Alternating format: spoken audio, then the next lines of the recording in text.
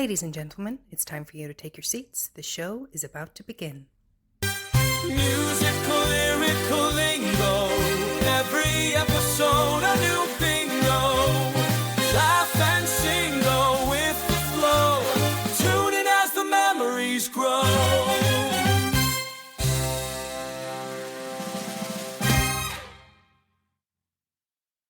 Hello and welcome to Musical Lyrical Lingo. We're your hosts, Tim and LJ. Today and every week we will be discussing musicals, but specifically what they taught us. Yeah, you keep doing that. Just because I gave you a compliment once upon a time about your diction. And now you're accusing people of saying words incorrectly when in fact it's just their accent and you're kind of picking on them a wee bit. Picking on them. I kind of feel. Yeah, your loyalties are changing here. Remember, it's me you're well, as I said, friends with. I just speak the truth. You speak the truth. Justice. You know, justice for all. If there's there's no. I was about to sing a song about justice, but then it wasn't a musical theatre song. Oh. I thought, I can't do that. Like, you can't be just coming on this podcast and starting to sing any old song now. What am I? My life is a jukebox musical. It is. That would be fun. Got something in my eye. But just as I was looking at you there, I was like, went all. I mean, you're not blinded by your beauty. You're not the first person that's happened to, and you certainly won't be the last. LJ, how are you? I am great. But how are you? You are great, but you still don't sound great. I know, it's desperate, isn't it? It is desperate, I tell you. It's absolutely desperate. I wish it would, like, whatever it is, would just kind of go away, but I'm kind of just getting used to this voice. You just dealing with it. I'm dealing with it. Basically. Yep. Very good. Well, some exciting musical theatre news this week, and you've already... News. Oh, okay. Is that a new jingle we're going to put in? No. I'm not so sure. Not so sure that one will land. Okay. And you've already mentioned it on our socials. Uh-huh. So, I think we have special powers. Of course we do. If you want it, we'll say it. Yep. And it'll happen. 100%. Like, how many times this has to be... I think we've now moved into double figures with regards to the number of occasions where we have talked about something on the podcast and go, wouldn't it be brilliant? Yep. And then all of a sudden, like relatively soon after we've mentioned it, it becomes fruition. It comes to fruition. To fruition. Oh, here she goes. You're not saying that word right. You're not saying that right. Well, that's a cheek for me to say that, but yeah. But anyway, we're talking about something rotten. Something rotten. I went straight on live on our socials because I did a story.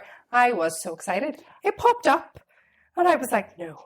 What? I was like reading it as I was filming. I was like, it's coming. We could tell. We watched the video, but you were like, talk about hot off the press. You were hot off the press, like. Yeah, it literally came straight into our inbox because we get special updates, and it came in, and I was like, what? Our listeners need to know about this. So something rotten. Obviously, it ran for 700 performances in Broadway and was nominated for 10 Tony Awards, but has never come across the water until, was it this year or the end of last year? When it was August last year. Yeah, August last year. They did a staged concert version of it, and it won a best, a What's on Stage award for best, it seems to be a new category they seem to be bringing in, best musical concert. Yeah. But they announced this week, or our Lauren announced this week, that a fully staged premiere will come next year. I'm telling you now, I'll be booking my tickets. 100%. I can't wait. I am dying to see that. Yeah. And as we said on the pod, we could never understand why it hasn't already crossed the water. Like, it is such a British musical, about William Shakespeare. Involving William Shakespeare. So that's really exciting. Really something to look forward to. Something else that's really exciting is Burlesque. Yes. I loved that film. We both loved that film, didn't we? Yeah. And when it came out, in the cinema, I think we saw it about 6 or 7 times. And even at that point, we were like, this could be a musical. Like, why is this not a musical? And anyway, this year they kind of were working on it, and they did a small tour. It is going to be getting its West End run, playing in the Savoy from the 10th of July to the 6th of September, which ties in with my last musical theatre news for this week. And that's Saturday that Mean Girls is going to play its final performance in the Savoy Theatre on the 8th of June. But don't worry, because it's going to be going out on a UK tour in 2026. Which I think it'll do great on tour. 1,000%. Like, it's perfect for a touring production. Do you know what I mean? Brilliant. So, and it means more of the Mean Girls out there will get an opportunity to experience it on stage. Absolutely. Yeah. Absolutely. And also Burlesque Instagram, they liked our post, the fact that I shared that. So I was like, we are so in. Well, if they could get me a wee bowler hat and a wee costume, I've no problem doing a wee turn on the Savoy stage. Burlesque, I could play the Cher character. I think you could. Oh my goodness, I could play. Maybe they'll do. You haven't seen the last of me. That's the song she sings in that. And you do it so well. I know. I haven't done a Cher impression for a long time. For about 2 weeks. Lies. Total and utter lies. You see, she's still coughing and spluttering away like a mad woman. I know. So there we go. That was great theatre news. Thank you so much. You're welcome. More than welcome. You're Showbiz theatre news. So, what are we going to talk about this week? First of all, as you've already mentioned, you want something, put it out there. What were you complaining about in our last episode? To be quite honest with you, I couldn't tell you because, I do remember. Yeah. I complained about so many things. I can't remember, like, which one. Which one were you complaining about? We've kind of been on a French holiday for the last 62 weeks. Yeah. With regards to the musicals that we've been looking at this season, it seems to I've had enough of the baguette. You have had enough of the baguette. And I'm ready for a bit of, pasta. Yeah, and limoncello. And don't listen.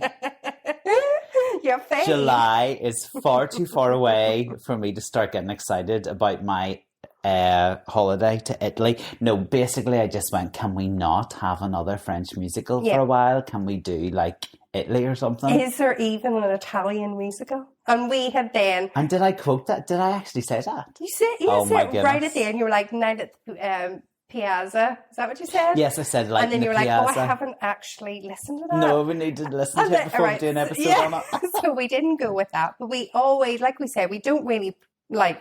we have to do this week, we have to do that. We have musicals that we want to talk about. And the next one, which just happens that we're going to talk about tonight, is Sweet Charity. Yes, and we literally just went down a list.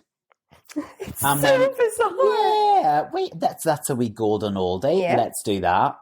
And then you send me I sent you a voice note because I was doing my research. And Sweet Charity is based on the screenplay of an Italian film. Mental. Hi! How did that happen? Anyway, I love it. I think we have magic. We do. We have to have magic powers. Of course we do. It's too much of a coincidence, all of these happenings. Yeah. Anyway, Sweet Charity is a musical we're talking about this week. Yeah, and I'll be honest, right from the get-go, I haven't given it the credit that Sweet Charity, I think, deserves. Fair. Because I wasn't in my head, I had that I wasn't a fan of Sweet Charity, the musical. Yeah. And researching it for this episode, and obviously like listening to it again, I'm like, why? Why would you have had that opinion? But anyway, so. Yeah. But I was like, I have not given it its credit. I don't know if I fell in love with it through the research, but I definitely had a little bit of a better appreciation of it. Oh, yeah. No, I'm not in love. Okay.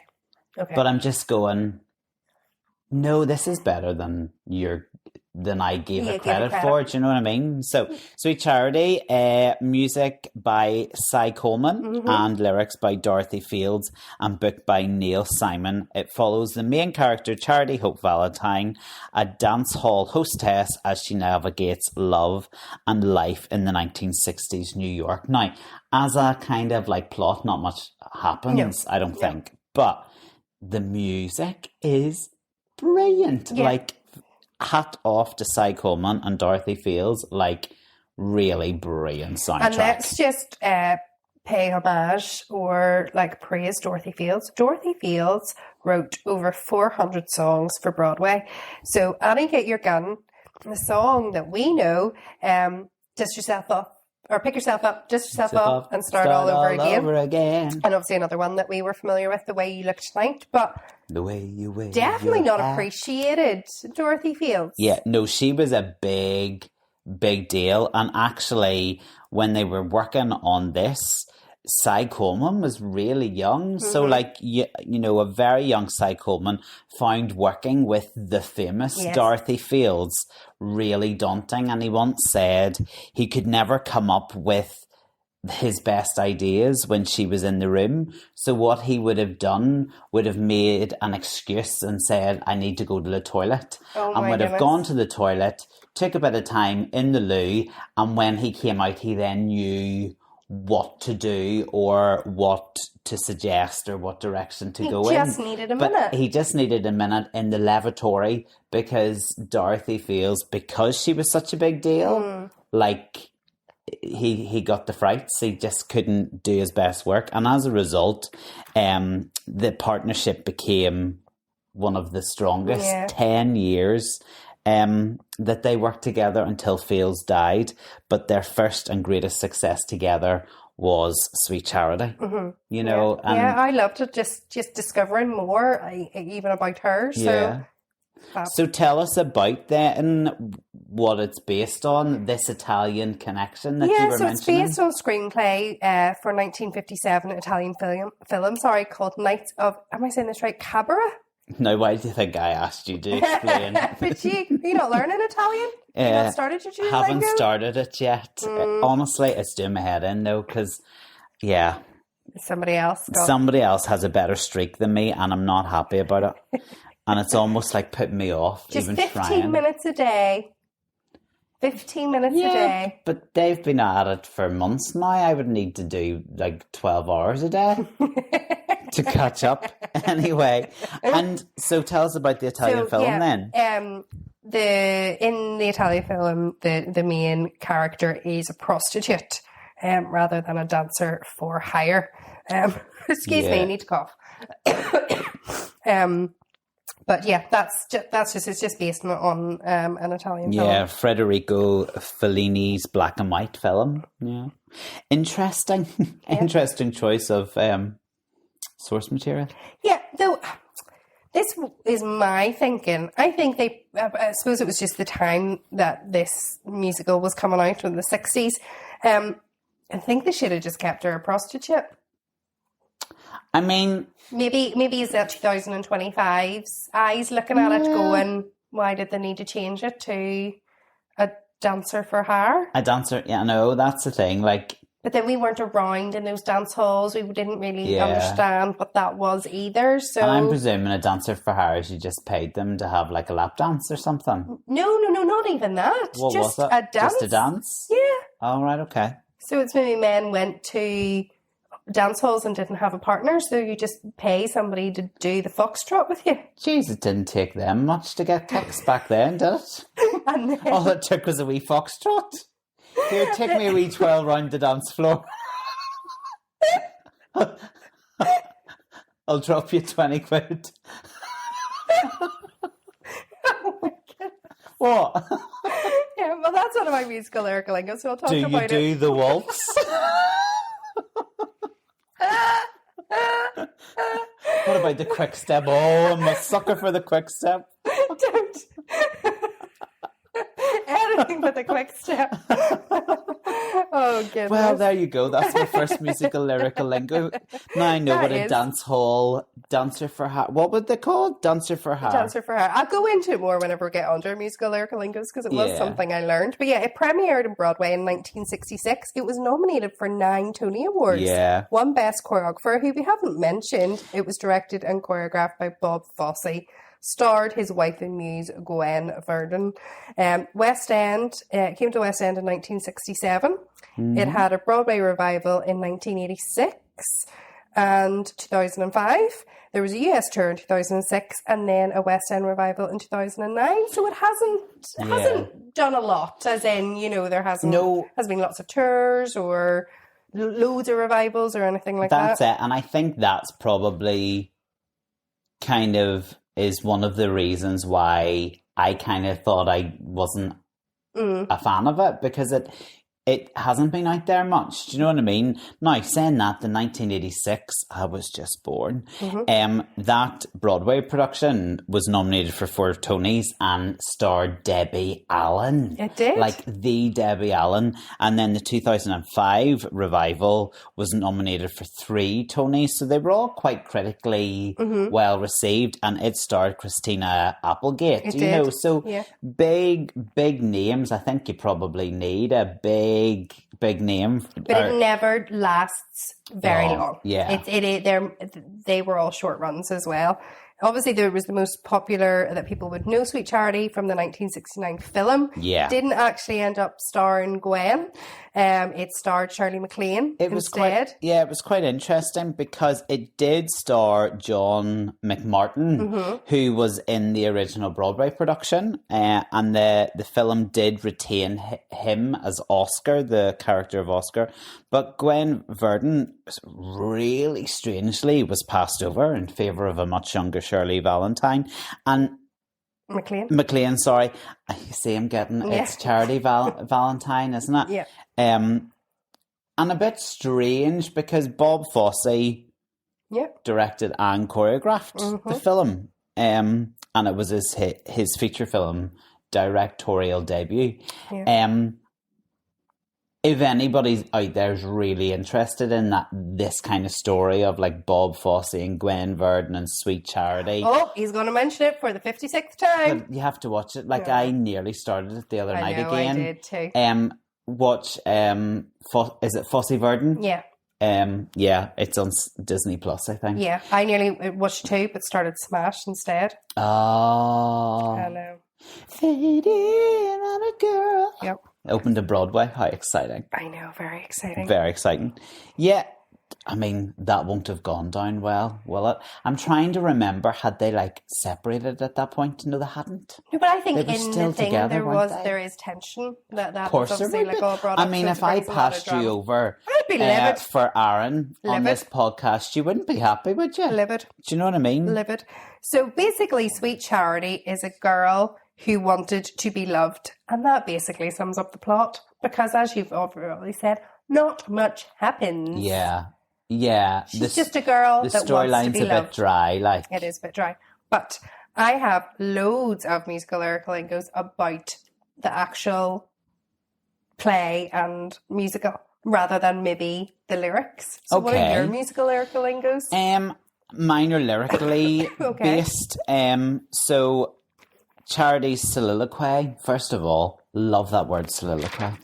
Yeah, I love it too. It's a good one. have a soliloquy most days. Do you? Just in my bathroom mirror.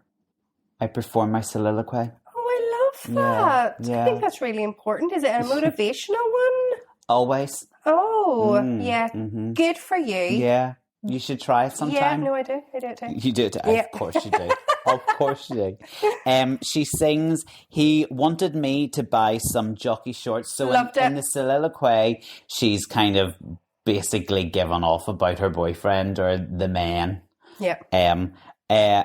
And jockey shorts, I was like, what are jockey shorts? I just thought they were like shorts that a wee jockey wears. That's what I thought too. So in the US, jockey shorts or jockeys became often used generic term for men's briefs. Mm-hmm. More recently, the tidy whities. Mm-hmm. Is that why they call it a jockstrap? Must be. Maybe. There you go. And we're taking a turn. We're paying dancers for pay and jock straps. Anyway, so yes, so it was the commonly used slang term for traditional full cut male briefs. Yeah, that's how I do. Men's underwear and the difference between boxers and jockey shorts. I did look into it more because obviously I'm not a man.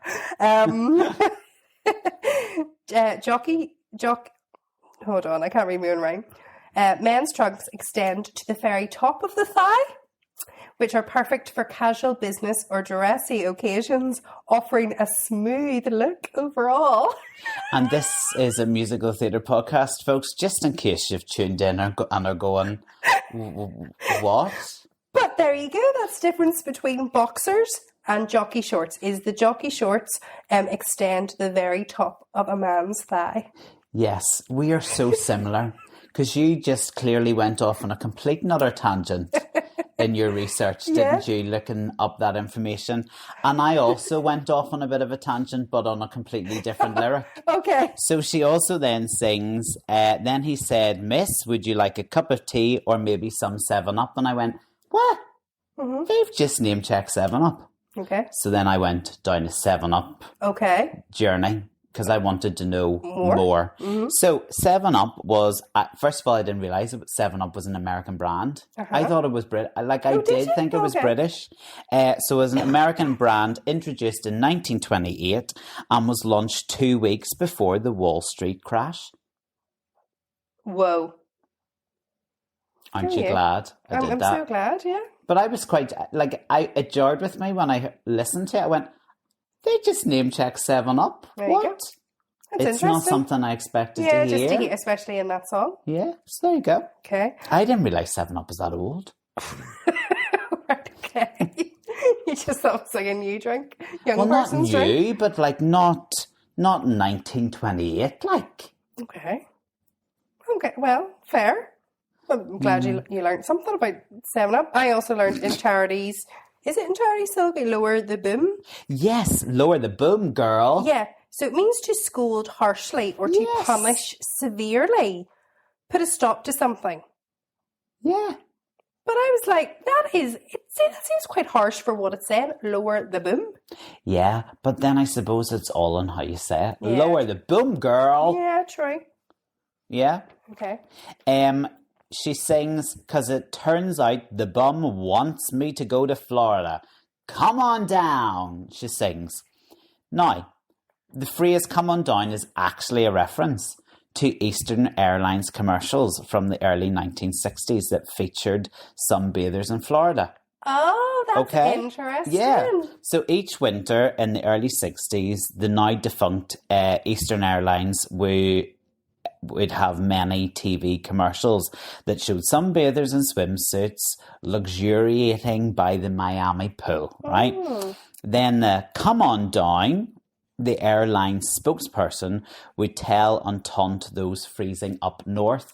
Now, interestingly and how fitting that for the night that Charity opened in the Palace, it was one of the coldest days on record. Come on down. That's hilarious. Yeah, I thought come on down is from like The Price is Right. You know, the people guess it. Come on down. Good old Brucey. Come on down. That's hilarious. The rest of that were all my lyrical ones. So the rest really? Are all, so you finish off and then I'll talk about the actual. Well, I like the song There's Gotta Be Something Better Than This. I like where that too. She's like kind of having loads of these like songs or conversations, either with herself or with her dancing girl mates. Yeah. Do you know what I mean? So Nikki, they're kind of all singing about there has to be something better than what we're doing, than this job. But I hate like how depressing in my head that what they're wanting is a 9-to-5 job. I would. That's you don't like brain. a 9-to-5 job. I do not like 9-to-5. I'm in a 9-to-5 and I don't like it either. I'm like, I wouldn't be dreaming of a 9-to-5 job, but it just shows you like people obviously have different dreams. I mean, Dolly was right about a lot of things, but she wasn't right about that, was she? No. Stumble out of bed. So her friend Nikki sings, And they're talking about what they would do if they weren't doing this. So she sings, I'm going to be a receptionist, one of those glass office buildings, Lever Brothers. No, Seagrams. Yeah. So I looked into those legit businesses. So the Lever Brothers, William and James Lever, were British soap making company. Oh. Yes, that later merged with Margarine Uni. Oh. UNIE to what? Unilever. Well done, to form Unilever in 1930. That was Aaron. Yeah. He knows his stuff, doesn't he? The company experienced rapid growth and expansion, becoming the big major player in soap and cleaning products. And still are, aren't they? I have no idea. Yeah, still are. I clearly don't buy their soap. Whoops. You do? Do you? What soap do they do? They do Dove? What? They do Dove. Do they? Comfort. Timothy's all covered. Are you serious? Yeah. So they do. Say it loud so that people at home can hear you, Aaron. Stay with us. We'll be right back. Love the catchy tunes and insightful discussions on musical lyrical lingo? Why would you not? Now you can reap your fandom. Ooh, we've got fans. And show off your love of all things musical theatre with our exclusive merchandise. Ooh. From comfy tees, T-shirts, mugs to stylish tote bags, we have something for every fan. Our designs are inspired by the show's iconic themes. Because we are so iconic. And featured playful quotes, alpha, and graphics that will have you humming along. I will never work again. Wherever you go. So head over to our merch store now and start shopping. Spend your money, people. And don't forget to share your pics on our social media using #podcast musical lyrical lingo merch. We love to see our fans rocking our gear. Yes, we do. Happy shopping. According to the internet, Dove, Magnum, Comfort, as in fabric softening. Yeah. I use that. Knorr, Ben & Jerry's, Axe, we would call that, Lynx. Can't stand Lynx. Hellman's, Lux, Pot Noodle, Sif, Domestos, Cornetto, Lipton, as in the iced teas, Surf, Vaseline. So many products. Oh my goodness. You've got Vaseline sitting beside you. I do. Yep. Now then, look. they're not all soap and cleaning products, though. That's the only thing Well, that's they've obviously concerning me. grown. Oh, they've grown, of course. Links, back to Links. When you've been in a boys' changing room in high school, you never touch Lynx. Lynx Africa is the worst product or gift you could give me. And loads of, like, being a school teacher, they like to give you the Lynx. Well, I was going to say, it's a very... Do you like Lynx? Yeah, it's a very 90s boys thing. I was trying to get some body spray for our son, and obviously went with Aaron, and he was like, just get him Lynx. I was like, no. Because Aaron talks like that. All the time. Well, he doesn't talk like me, so I got to put on a voice. Doesn't talk like me. Excuse me. Anyway. No, see, Lynx mixed with B.O. Not okay. Yeah, exactly. Okay. Seagrams, in case anyone's interested, although after Unilever, who cares, really? Seagrams Company Limited was a Canadian multinational conglomerate, originally a distiller of Canadian whiskey. Ooh. It was in the 1990s the largest owner of an alcoholic beverages brand in the world. Wow. I am glad I mentioned them because they were a pretty big deal too. And you also learned something else from that. Yeah, so I mean, lots of learning. Nikki had a good idea for her alternative. Yeah. Helen, she said, and I'm going to be a hat check girl at Sardi's East. Well. Which made me want to go, hat check girl? What? Yeah, is it what I think it is? Mm-hmm. And it was. It was the name given to women whose jobs were to take and return things people left in a coat cloakroom. Mm-hmm. Now, they went on to mention a few different hats. Oh, yes. Now, let's see. Let's test you, because obviously Okay, go mother's for it. daughter should know her hats and her costumes, right? Derbies. What were derbies?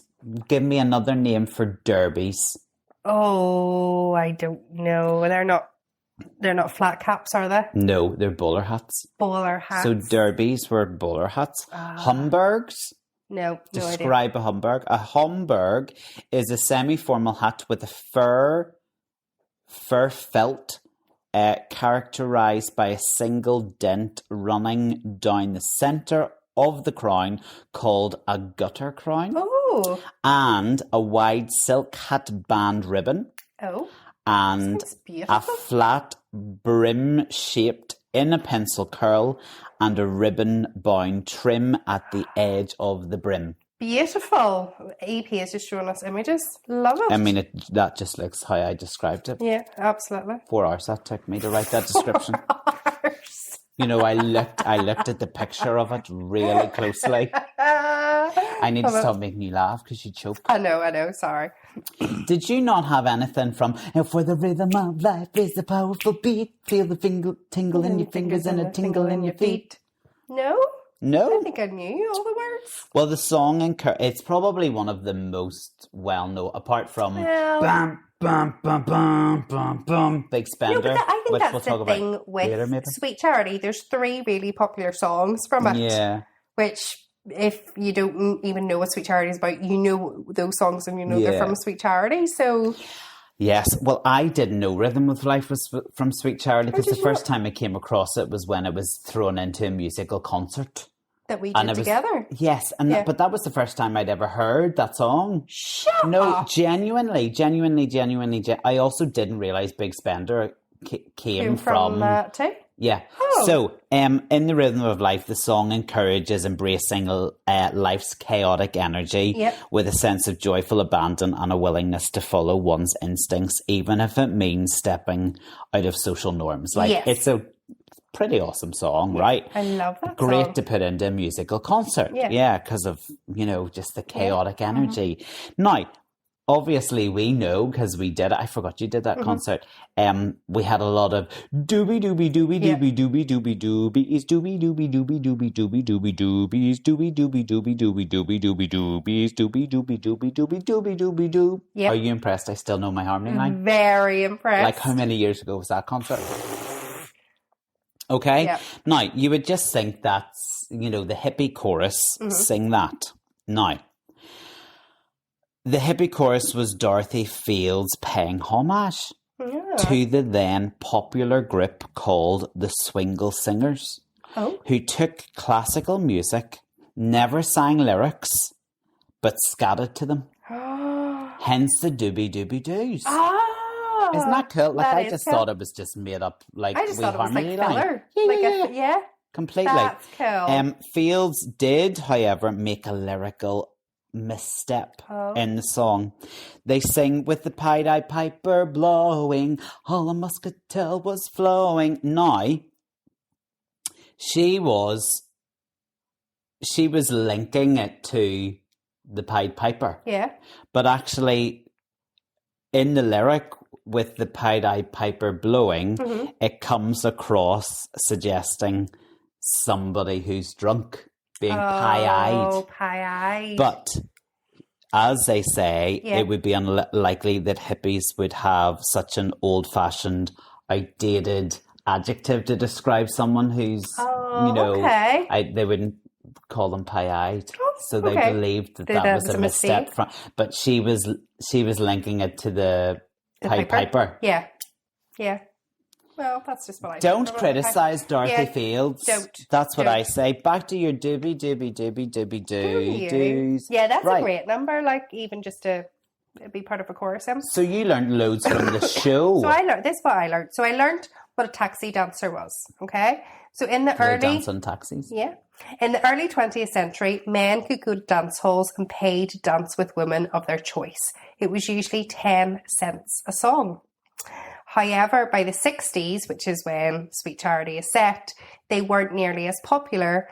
And it was then suggested, and certainly is heavily suggested in Sweet Charity, that girls were willing to do more than dance for the right price. Yeah, because Hey Big Spender is a sexy song. Yeah. Like, they're not offering a waltz Yeah.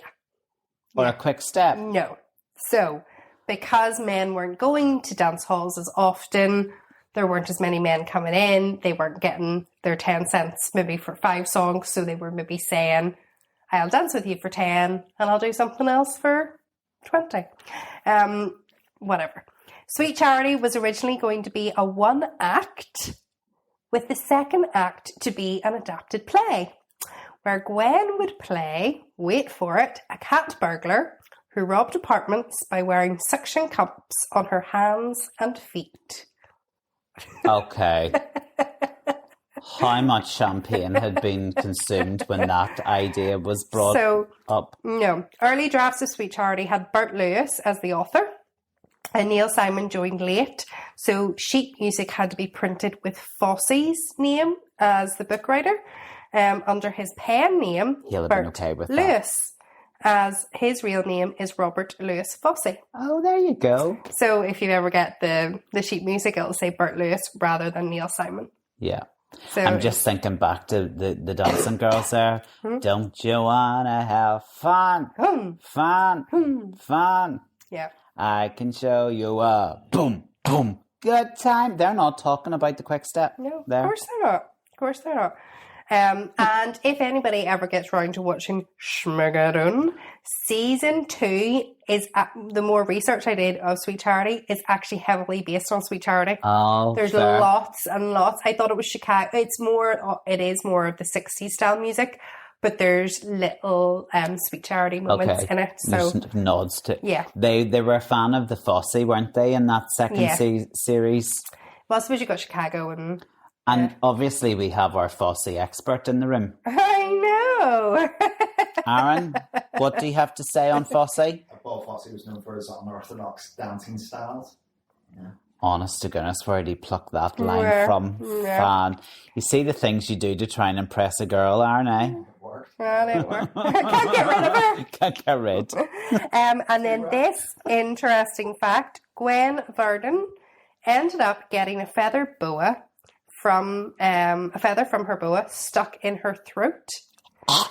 Carried on singing. It obviously wrecked even more. She then had to have surgery to get it removed. Shut up. Yeah. Isn't that mental? Can you imagine that happening? There's got to be something better than... Can you just hear? Sometimes Vernon, though, during the run of Sweet Charity, wanted to give herself a wee break, so would just cut out some songs from Act 2. Fair. It's like 2-show day. You do anything you can to get through the matinee, don't you? Well, somebody did write in and complain. Okay. And she ended up working out how much money he spent on the ticket and then refunded him the $2. Oh, for goodness sake. Which I think is hilarious. Fosse actually ended up dying on the opening night of the 1986 revival outside the theatre. Oh my goodness. Which is a bit sad. And then Mark Robinson said this about Sweet Charity. This is all I've learned. So, Sweet Charity is a dance piece that conveys the heart and mind of the title character, but that is occasionally interrupted by the pesky conventions of musical theatre, speaking and singing. Yeah. Do you know, it is interesting because most of the things that Fosse was involved in were at the heart of it, dance pieces, weren't they? Like, you've got the Rich Man's Fugue in this, which is just like a dance piece. Mm-hmm. Do you know what I mean? And I suppose when you think of Chicago, like, so much of Chicago was about the dance. Do you know what I mean? Yeah, it's interesting. Your man Mark, whoever he is, I liked it though. I liked it. It's a bit rude, the musical theatre creeping in and spoiling things. Staff innovations then, what have you got for Sweet Charity? The overture. The overture? You love a good overture. I love a good overture. And this is what clenched it for me when I started to research It's been a long time since I've heard the Sweet Charity. In fact, I don't even know if I've listened to the Sweet Charity overture in its entirety. A wowzer. Like, it starts with that bit, I love a bit of brass. And it starts with that big bum, bum, bum, bum, bum, bum, you know, the beginning of, and then it goes into, like, there's got to be something better, and then into one of the other, like, Rhythm of Life. It's just class. Yeah. So the overture is to be honest, all of the musical songs, like, almost every single one of them is a bit of an earworm for me. Okay. Do you know what I mean? Like, yeah, I was humming Sweet Charity for days after I listened to it. That's nice. Yeah. No. And obviously, like, Rhythm of Life. Yeah. Yeah, I would say Rhythm of Life. The Doobie-Doos got me. And I do love If My Friends Could See Me Now. If my friends could... I love how that builds up. See me now, that little gang of mine. I love it. And I think it's a great number for a character actor. Yeah. So, yeah. That was Sweet Charity, and that was kind of fun. We learned a lot. I know. Yeah, no, I actually have never... I just let out a belch. I'm so sorry. Shirley MacLaine excites me. What can I say? I've never seen it on stage, and I kind of wish I had seen it on stage, or if it ever does another revival, like, I would maybe consider going to see it, because it's not one of those ones that you go, oh, Sweet Charity's in town, I'll go and see it. Do you know what I mean? Like, I personally would always probably go and see something other that, or something before it, but actually, I just need to give it a go, and actually, I would like to see it. Yeah, it might be easier to forgive the plot if you see it. Yeah, maybe. And I also think, like, the character Oscar sounds quite fun. Like, he's like a nervous wreck. I do remember coming across randomly in one of my long, drawn out YouTube, like, sessions, dives. Is that what you call them? Because you're a fan of that, aren't you? Like, hours and hours on YouTube. Coming across a young Timothy Chalamet in college playing Oscar in the lift scene where he's like claustrophobic, and like even from an early age, that boy was going to be a star. He was search that absolutely hilarious. Like, I actually think he probably stole the show from the girl. I keep going Shirley, but it's not Shirley. It's Sweet Charity. Charity, yeah. From the girl who played Charity, you'd be raging, wouldn't you? Like, yeah. But okay. What would Patty do? I've got one for you. Okay. Oh, it's me this time. Yeah. Okay. So I'm not as clever as you. I don't have anything to connect them. But would you rather a wig fall off mid-dance routine, or break character and laugh uncontrollably? Would I rather have a wig fall off or laugh uncontrollably? Break character and laugh uncontrollably. No, it has to be a wig fall off. You can never break character. Ever. It's hard sometimes. Like, there's been many. Have you been close to corpsing? No, I don't think I ever have. Oh, no, not I have. On stage. No, I have on stage. Definitely for sure. during like rehearsals and things like that, but no, not You're on stage. too professional. You're too professional. No. Yeah, probably. Am. I mean, I've had my pants split on stage, so like after you've done that and you've got your derriere out for your Will Parker number, you know, Kansas City, where the wind is blowing a breeze down there, like a wig falling off's nothing. Like, pick it up, stick it back on again. Perfect. It actually happened in in a performance of Les Mis. But Madabois' wig came off after like Fontaine scrapped the face off him. But it was quite hilarious. It was quite funny. And we kind of said, you know, men of that time probably would have worn a wig. Of course, yeah. Now, Kerry, obviously. So I leant over and went, I mean, like, men of that period, probably like him, probably would have worn a wig. So it's fine, don't worry. And she goes, yeah, but probably not with a wig cap on. And I went, fair enough. True. But he styled it out and he stuck it back on pretty quickly. There you go. So wigs falling off, that's nothing. Okay, there you go then. Well, that was good. I enjoyed it. We did sort of look at an Italian musical. We'll come back next week. The Light of the Piazza is next week, folks. No, it's not. It definitely is not.